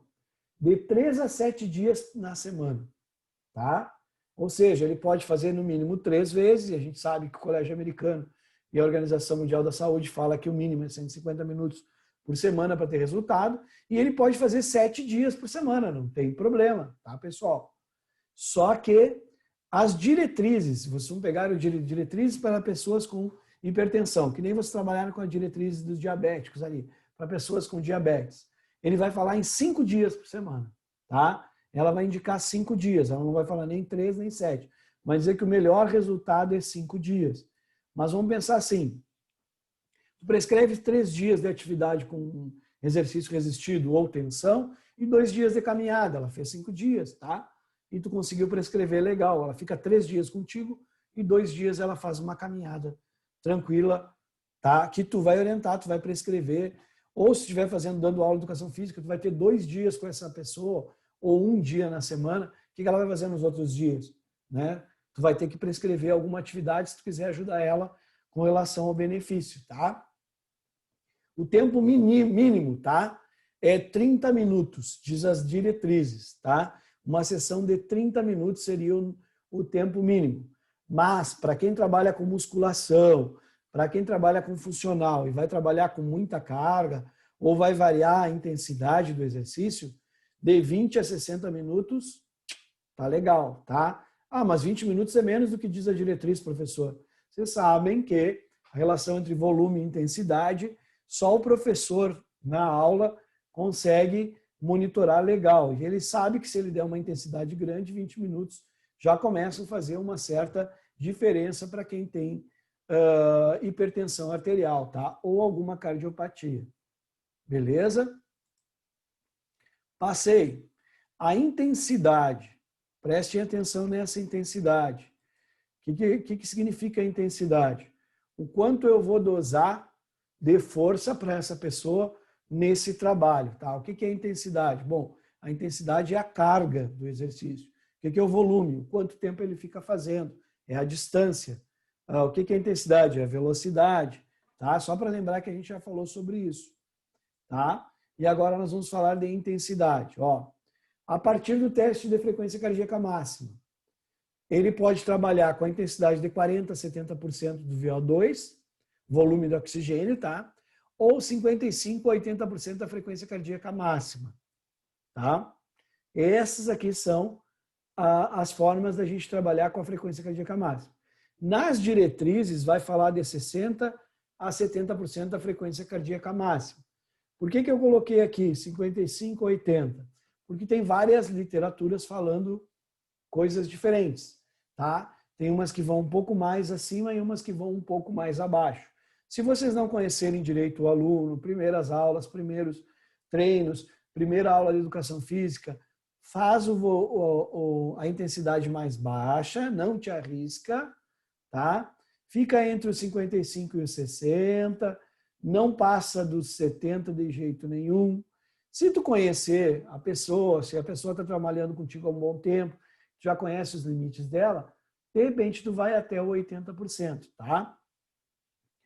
Tipo de atividade física. Pessoas hipertensas só podem ser aconselhadas a fazer atividade física supervisionadas por um profissional da área da saúde, e esse profissional da área da saúde tem a nomenclatura de professor de educação física, tem a nomenclatura de educador físico, tem a nomenclatura de professor de educação física, de personal e etc. Tá? Então, ele supervisiona a intensidade dos treinos aeróbicos e dos resistidos, mas ele pode escolher por qualquer uma dessas atividades. Nas diretrizes, complementar os exercícios aeróbicos com exercícios resistidos 2 a 3 vezes por semana. Número de repetições, de 8 a 10, número de exercícios, desculpa, de 8 a 10 exercícios e o número de repetições de 8 a 15. Lembra que eu falei para vocês que acima de 16 repetições, acima de 15 repetições já começa a dar um aumento muito grande na nossa pressão arterial e não tem benefícios com relação a aumento da massa muscular ou melhora no condicionamento físico. Então, usem até 16 repetições, até 15 repetições, tá? Claro que o músculo não conta, eu sei disso, mas isso é o que foi testado, tá? E aqui, olha só, a diretriz diz para a gente usar exercício aeróbico com exercício resistido para a gente melhorar a condição física da pessoa que é hipertensa. Então, vai ter caminhada, vai ter corrida, vai ter esse tipo de exercício, mas vai ter também exercícios que sejam resistidos, como agachamento, algum outro tipo de exercício que vocês vão prescrever, tá? Alguns cuidados. Evitar prender a respiração durante o esforço. Valsalva, aquela manobra que nós falamos. Lembrando para vocês que eu disse para vocês que tem estudos em andamento mostrando que a manobra de Valsalva pode melhorar a condição da pressão arterial e das cardiopatias. Mas não chegamos à conclusão ainda. Quando vocês estiverem se formando, já vai ter o resultado desse estudo. Agora não tem. Até então, a literatura fala para evitar prender a respiração durante o esforço. O treinamento de força usado como complemento, tá? Ele precisa de vários cuidados durante ele, mas ele é necessário. E aqui diz complemento, mas falta um N, complemento. O treinamento de endurance como principal, tá? Precisa de cuidados, então, ó. Utilizem mais esse tipo de treinamento do que o treinamento de força, mas usem o de força como complementação. Principal monitorização seria a escala de Born, tá? Porque a medição da frequência cardíaca pode ser alterada. Eu falei para vocês que as pessoas podem utilizar alguma medicação que tranque, que faça com que a frequência cardíaca não se acelere. Então, não dá para usar o frequencímetro, é mais legal usar a monitorização pela escala de Born. Com medicação, esses são mais suscetíveis à hipotensão nas mudanças de postura. Ou seja, deixa eu explicar. Essas pessoas, quando usam medicação, um exemplo clássico, tá? A pessoa está fazendo um exercício aeróbico, aqueles HIIT rápido, fazendo ela fazer polichinelo. Aí, na sequência, tu manda deitar, decúbito dorsal e abdominal. Aí tu não dá intervalo e manda levantar e fazer o polichinelo. Ela desmaia. Tá? Por que que vai acontecer? Essa troca de posição do corpo muito rápida faz com que a pressão caia. Entendido? Outra coisa que faz com que a pressão caia. pressão arterial cai. Tá dando um pique na galera, sabe? Um sprint, o pau pegou, tá correndo. E aí tu manda parar. A parada súbita faz a frequência ir lá em cima, ou seja, o coração dispara e a pressão cai. E aí a pessoa pode apagar, tá? Então são cuidados que tu tem que saber como professor de educação física. Tá lá com a galera mandando correr na volta da quadra, manda todo mundo parar sem desacelerar, tu pode causar esse impacto neles e tu pode ter consequências. Um dia muito quente, tá no ginásio fechado, novembrão, e tá um calorão dentro daquele ginásio, e tu dá um pau neles. Um pau. Tem vasodilatação por causa do aquecimento do corpo, ou seja, o diâmetro do vaso aumenta. O sangue circula com facilidade. Falta irrigação no cérebro. Faz vasodilatação, dá queda da pressão e ele apaga, desmaia. Tá? Assustei muito vocês, mas eu estou dando esse susto. Sim. Não, eu presenciei isso aí. No caso, eu corro 5 km assim, quando dá, eu corro 5 kmzinho, né? E eu moro num beco. Aí eu vou na manhã, só que quando eu chego no meu beco, tá todos os vizinhos ali em volta, né? Aí eu dou o gás naquele do beco, aí vim voando e cheguei em casa e parei. Na hora que eu me encostei no muro, eu só vi assim, eu meio que me ladei e tipo, peguei, me sentei, me tontei, mas não sei o que aconteceu. Aí agora isso faz muito sentido. Não, a gente talvez às vezes por não conhecer isso, faz algum tipo de treinamento com o nosso aluno e tu mesmo experienciou em ti mesmo, né? Então isso aí é muito arriscado, é muito perigoso, tá? E o que acontece? Por isso a importância da gente entender sobre pressão arterial, sobre a fisiologia da pressão arterial, fisiologia do coração, como é que ele bombeia, o que acontece com o diâmetro do vaso, tudo isso aí para nós é importante quando a gente for prescrever a atividade, quando a gente for dar a nossa aula. Até para a gente saber o que está acontecendo com o nosso aluno, caso ele tenha algum problema, né? Ele teve um problema e eu não sei resolver, tá? Então, eu sou profissional da área de saúde, eu devo saber, tá? Hipertensão eu tenho uma pergunta. Vamos lá, seu Charão. Se eu souber responder, se eu não souber, nós deixamos para outra aula responder. Aproveitando o gancho que o senhor falou com o calor, o senhor falou que a veia, o calibre dela aumenta. Vasodilatação. Então, eu não lembro onde que eu vi, onde que eu li, mas eu oriento meus jogadores, por exemplo, quando estou treinando ou nós estamos jogando, eu não dou água gelada. Eu dou água com temperatura normal para eles e não deixo tomar água gelada. Se o menino leva uma garrafinha com água, já chega aquela água congelada, né, com gelo, eu não deixo tomar. Porque eu não me lembro onde é que eu aprendi, que se tu tomar água gelada, os teus vasos comprimem. Aí tu volta para o jogo com aquela água gelada que o teu organismo absorveu, tu vai cansar mais rápido no jogo. Porque os vasos estão comprimidos, o sangue vai ter mais dificuldade de circular. Tá correto ou tá errado? Charão, eu vou dar 2 exemplos para o senhor vai ficar furioso comigo hoje. Mas, seu Charão, precisamos pesquisar melhor isso aí. Olha só. Com relação à água gelada, antigamente tinha exatamente essa teoria que o senhor tem hoje aí. Mas foi examinado, foi feito, eu não tenho trabalho aqui, tá? Um estudo científico foi feito em número X de atletas, na verdade militares da tua área, se eu não me engano. Geralmente quando vão testar alguma coisa, testam nos militares, porque eles são voluntários. Sempre. Daí o que testou? Eles fizeram os caras fazer atividade física, em determinado parte né, tipo assim, não vou dar um número, tá? Se eu chorar porque eu vou estar mentindo. Mas vamos pegar que tinham 100 pessoas.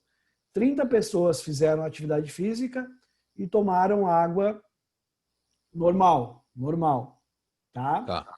30 pessoas fizeram, esse número é fictício, fizeram e tomaram água gelada. E 30 fizeram e tomaram água aquecida, tá? Para ter uma ideia. E 10 não fizeram nada, só ficaram ali que são o placebo, né? A comparação. Aí o que aconteceu? Terminou a atividade, eu vou chutar porque eu não lembro do trabalho, mas eles correram 400 metros. Chegaram, tomaram a água e aí automaticamente foi retirado o sangue deles. Tá? Foi se retirando um pouquinho do sangue deles. Para ver em quanto tempo a água chegava onde ela tinha que chegar, vamos dizer assim. Ela chegava no sangue para chegar até a refrigeração do corpo. Quem tomou a água gelada, em menos de 5 minutos, a água já estava melhorando a viscosidade do sangue, ou seja, o sangue estaria mais fino, e ela já tinha chegado ao lugar onde ela tinha que chegar, tá? Que era o sangue. Aqueles que tomaram água normal, ela demorou mais. E aqueles que tomaram água aquecida, ela demorou mais ainda a chegar. O corpo teve que resfriar ela. Então, quando a gente está com calor, precisando da água, não tem problema de tomar a água gelada. Não entenda mal, tá? Ficou claro isso para o senhor? Cientificamente tranquilo. Ficou claro. Aqueles que não estavam fazendo nada, tomaram água, não fez efeito nenhum, não mudou nada. O que muda na atividade física? A temperatura ambiente. E aí tem outra coisa que a gente tem que conversar agora sobre pressão arterial e sobre aquecimento de órgãos internos. As artes marciais, tem alguém que luta aí? Não tem. Obrigado. Então não vou apanhar se eu falar alguma coisa. Não, tranquilo. Artes marciais, eles têm o hábito de fazer a pessoa usar o kimono, o judoki, sei lá, o nome da arte que ele estiver fazendo ali, se for. Por exemplo, o professor de jiu-jitsu, ele desliga o ar-condicionado e desliga o ventilador no calor, para o aluno ter resistência àquele calor e fazer a atividade ali. Ou do karatê, ou a capoeira faz isso aí. Ele não está correto. Tá? Por que ele não está correto? Porque ele faz a temperatura ambiente, faz com que o corpo se aqueça e faz vasodilatação, e além disso faz o aquecimento extremo dos órgãos internos. Vou falar uma bobagem, não é uma bobagem, é científico, mas não quero constranger as meninas. Todos vocês sabem por que os nossos testículos são colocados em um escroto fora do corpo. Vocês sabem isso, né, homens? Sabem por que vocês têm um saco fora do corpo com os testículos? Porque os testículos não podem ser aquecidos dentro do corpo com a mesma temperatura. Por isso que eles ficam fora disso aí. E o que acontece se tu superaquecer eles? Tu vai ter problemas. Isso também tu vai ter problemas em todos os teus órgãos internos, se tu fizer um superaquecimento, tá? Então, treinar em temperaturas muito altas, muito quentes, sem o ar-condicionado e sem o ventilador é prejudicial para o teu organismo. Não é favorável. Entenderam? O contrário, treinar no gelo, para quem é hipertenso é perigoso. Vejam bem, eu coloquei, para quem é hipertenso é perigoso. Meninas que fazem massagem e que a mulher mede assim, ela pega a fita métrica antes da massagem. Aí ela mede a tua coxa ali, né? Ou a região do bumbum. Aí deita, pega um gelzinho gelado, que é muito bom aquele gelzinho gelado, e massageia a perna. Aí ela vem e mede e mostra na hora para vocês que aquela massagem fez uma redução incrível. Se o gelzinho for gelado, está havendo uma vasoconstrição. Está diminuindo, porque diminui o tamanho da célula porque ela sentiu frio. Então não caem nessa, tá? Tem que medir na temperatura normal, pós a massagem. Massagem funciona? Funciona, tudo mais. Mas não faz esse resultado imediato, a não ser quando elas usam aquele gelzinho gelado. Se vocês fazem massagem, não briguem comigo. É um truque da massagem. É que nem quando tu corta cabelo e o cara bota laque naquela aguinha que faz assim, né? Tu vai lá, corta o teu cabelo, na hora que ele penteia e bota a aguinha dele, tu sai com o cabelo maravilhoso. Tu toma banho, tá tudo mal cortado. Tá? É a mesma coisa no caso da massagem. Ficou claro, seu Charão? Não brigou comigo? Continuamos, amigo? Tá tranquilo? Vou continuar aqui. Então, o senhor pode dar água gelada para eles, que não daria problema, mas não briguem comigo, briguem com quem estudou, tá? Quem fez o teste. Evitar exercícios de isometria, tá, pessoal? Exercícios que tenha um potencial de isometria, segurando o peso por um tempo, tá? Aumenta a contração muscular. Aqui, esse exemplo aqui da panturrilha serve para 2 exemplos, tá? Para as 2 coisas. Aquele exemplo da panturrilha ali serve para explicar uma coisa. Pessoas que trabalham muito tempo em pé em lojas têm uma tendência a ter problemas de circulação. Porque a panturrilha,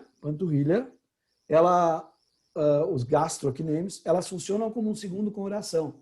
Se fizer o exercício de panturrilha, ele ajuda no retorno venoso. Sangue bombeia de volta, tá? Legal.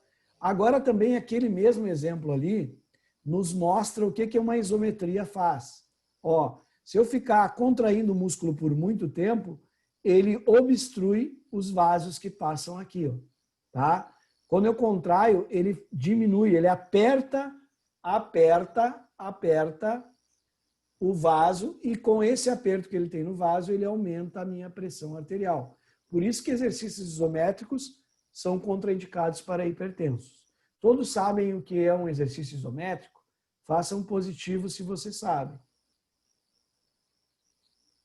Se vocês não sabem, batam palminhas. Todo mundo está botando positivo, sabe. Então, vou passar à frente. Se não souber, não podemos sair desta aula sem saber. Faltam só 10 minutinhos para nós encerrarmos esta gravação, tá? Então, aguente um pouquinho mais só. Aquecimento para as pessoas que têm hipertensão. Durar aproximadamente 8 a 10 minutos, preparando fisiologicamente, estruturalmente e psicologicamente todo o corpo de forma gradativa, evitando o aumento da frequência cardíaca de forma abrupta e deve ser visto como uma preparação para o treino. Então, por exemplo, se nós formos correr, faça exercícios com as pernas para que aqueça, faça o aquecimento normal, fazendo com que a pessoa se prepare para a corrida. Se ela for trabalhar musculação e for peito, ombro e tríceps, trabalhe exercícios para aquele segmento que tu vai utilizar. E assim sucessivamente. Temos que entender que o aquecimento é uma preparação para a aula. Ele tem que ser bem gradativo e muito bem feito. Não pode subir rapidamente a frequência durante o aquecimento. Tem que ir elevando devagarinho, tá? Fazendo mobilidade articular, fazendo com que o sangue circule normalmente, porque essa pessoa tem uma hipertensão, tá? A atividade propriamente dita deve durar entre 30 a 60 minutos, sendo moderada e gradativa em sua intensidade, sem atingir a exaustão, podendo haver interrupções caso haja um aumento exagerado da frequência cardíaca e ou pressão arterial. Notou que aumentou muito a frequência cardíaca? Diminui, tá? E se aumentou muito a pressão arterial, diminui a atividade. Desaquecimento ou volta calma. Não deve ser brusco, não deve ter paradas bruscas. A pessoa tem que ir baixando, voltando à homeostase devagarinho. Com pouca movimentação, para que o organismo venha se adaptar às menores exigências do corpo. Essa fase mantém o retorno venoso ao coração e diminui o potencial para a hipertensão. Tonteira, arritmias pós-exercício, facilita a disposição de calor e remoção do ácido lático. Então, um volta calma é muito importante, tá, pessoal? Aqui, ó, nós vamos ter as posições do corpo e a relação à pressão arterial, tá? O que é as posições do corpo corporais que levam à pressão arterial, tá? Caminhar em plano ligeiramente inclinado aumenta muito a pressão arterial. Ou seja, trabalhar em subida, fazer uma corrida na subida é contraindicado, caminhar na subida aumenta muito, ó. Eleva mais a pressão arterial do que trabalhar com peso usando a 65% a 75% da força máxima. Entendeu o que isso quer dizer? Aquela hora que o seu Charão perguntou sobre a carga, né? E ele teve uma indicação ali. Caminhar na subida é pior do que tu trabalhar com uma carga alta, tá? Para a pressão arterial. O plano inclinado aumenta muito mais a pressão arterial do que o excesso de carga. Então, esses são pontos para nós da musculação, viu, Leonardo? É melhor trabalhar musculação do que trabalhar uma esteira inclinada. Caminhar em plano inclinado está classificado como exercício de alta intensidade, semelhante às escaladas e subidas em escadas, tá? Então, cuidar aquela escada moderna que tem agora, bota como exercício aeróbico, que a pessoa vai subindo nela, também com relação a esse plano aqui, tá, pessoal? Inversão corporal. Aqui é complicadíssimo, tá? é capaz de elevar de maneira perigosa a pressão arterial, mantendo-se elevada por todo o tempo que dure a inversão. Exercícios como supino canadense, que é esse de cima aqui, viu? Para quem é da musculação. Ou abdominais em pranchas de inversão, em barra fixa, devem ser deixados de lado. Então, se vocês tiverem um aluno com hipertensão, não coloquem ele de cabeça para baixo para fazer exercício. Foi claro, né? Vocês entenderam que ali os dois exercícios estão com a cabeça inclinada para baixo. Aumenta muito a pressão, tá? Beleza? Então, é bom a gente saber isso, porque às vezes a gente não se dá conta e durante a aula pode fazer uma corrida na subida, pode fazer um abdominal segurando as pernas e elevando, né? E deixando a cabeça para baixo. Progressão e controle. Adaptações positivas ocorrem após a 4ª e 6ª semana. Vou de novo, ó. Como é que tu começa a sentir que o cara teve uma mudança real na pressão arterial ou seu aluno teve uma mudança real? Ela acontece a partir da 4ª e 6ª semana, ou seja, após um mês de treino, tá? Um mês e meio de treino, ele começa a aparecer as melhoras, tá? Na pressão arterial. Existe uma excelente relação entre a pressão arterial e VO2 máximo, tá? E a variação da pressão arterial durante o exercício. Isso aqui é interessante a gente saber. Indivíduos treinados, tá? Eles vão de 75 a 100 milímetros a 100 milímetros, tá? De variação durante o treino. Os destreinados vão de 50 a 75 milímetros de mercúrio. E os cardiopatas até 50 milímetros de mercúrio. A gente tem que ter isso aqui quando a gente for trabalhar como controle, tá? Para a gente ter ideia. E aqui eu vou parar hoje, que vem a prescrição de exercícios resistidos para hipertenso. Vai ficar, ó, a diferença entre eles, tá? Os benefícios, a manobra de Valsalva. Vocês vão saber quanto é o que acontece com a pressão arterial durante a execução da atividade. Vocês vão saber a diferença entre massa muscular de uma pessoa, quanto maior se aumenta a pressão ou se diminui. Por exemplo, aqui tem 2 meninas no leg press, né? E vocês vão vendo a massa muscular das duas. Será que a de cima tem uma pressão maior quando faz? Ou a de baixo no mesmo exercício? Tá? Vocês vão ver os gráficos, tá? Da quantidade de músculos envolvidos. Vocês vão ver que esse exercício aqui, ó, em exercícios funcionais para pressão arterial, para hipertenso, é contraindicado. E aí vocês vão ter algumas coisas mais, depois outras indicações sobre o tipo de trabalho. Por hoje, tá? Nós vamos parar a nossa gravação aqui, porque senão fica muito maçante. Nós já estamos aí há praticamente 2 horas, né? Nós começamos às 19, estamos chegando às 21, só de aula teórica. Isso é muito maçante para vocês. Vou parar aqui, tá? A gravação.